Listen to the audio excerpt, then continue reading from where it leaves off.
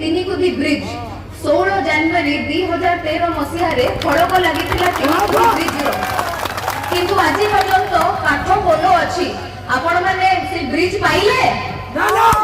ଯଦି ପାଇନାହାନ୍ତି ଦି ହାତ ଟେକିକି କୁହନ୍ତୁ ନାହିଁ।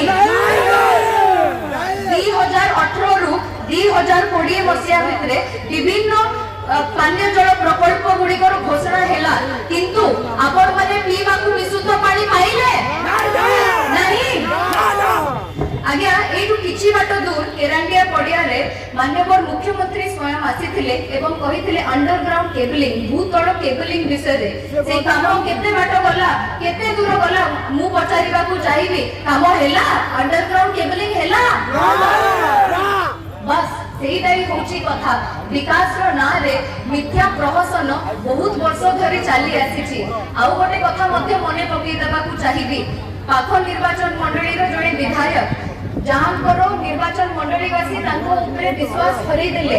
ଆପଣ ମାନେ ସମସ୍ତେ ନିଜେ ଦେଖିଥିବେ କେମିତି ସେ ସଭା ସମିତି ଡାକିକି କାନ୍ଦି ପକେଇକି କହିଲେ ମୁଁ ବ୍ରହ୍ମଗିରି ଯିବି ନାହିଁ, ମୁଁ ମୋ ମାଟିରେ ରହି ଲଢେଇ କରିବି।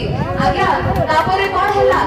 ତାଙ୍କ ମୁଖିଆଙ୍କ ନିର୍ଦ୍ଦେଶ କ୍ରମେ ସେ ଚୁପଚାପ ବ୍ରହ୍ମଗିରି ଆସିଗଲେ। ମୁଁ ଆପଣଙ୍କୁ